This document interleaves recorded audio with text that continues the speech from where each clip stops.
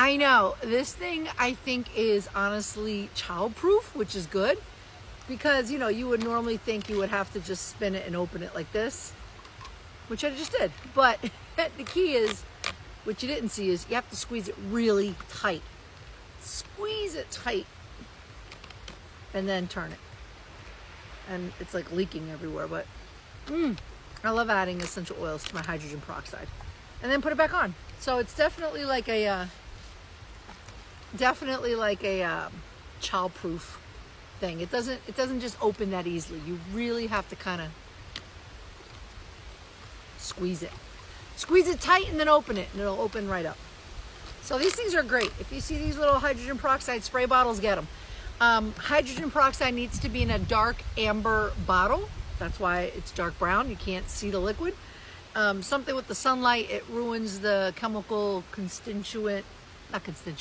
the chemical compound of the hydrogen peroxide. So it needs to be in a dark bottle.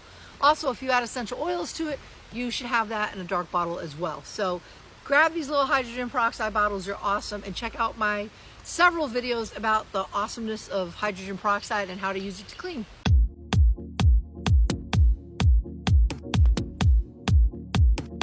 Hydrogen peroxide is an all-natural disinfectant, cleaner, mold and mildew remover, stain remover, odor eater, germ killer, natural bleach alternative, cookware saver, sanitizer, brush sterilizer, blast cleaner, whitener, soap scum eater, carpet deep cleaner, and veggie washer.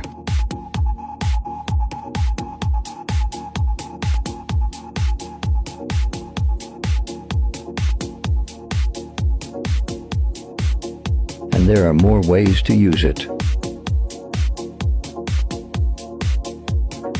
Love a fresh, clean scent.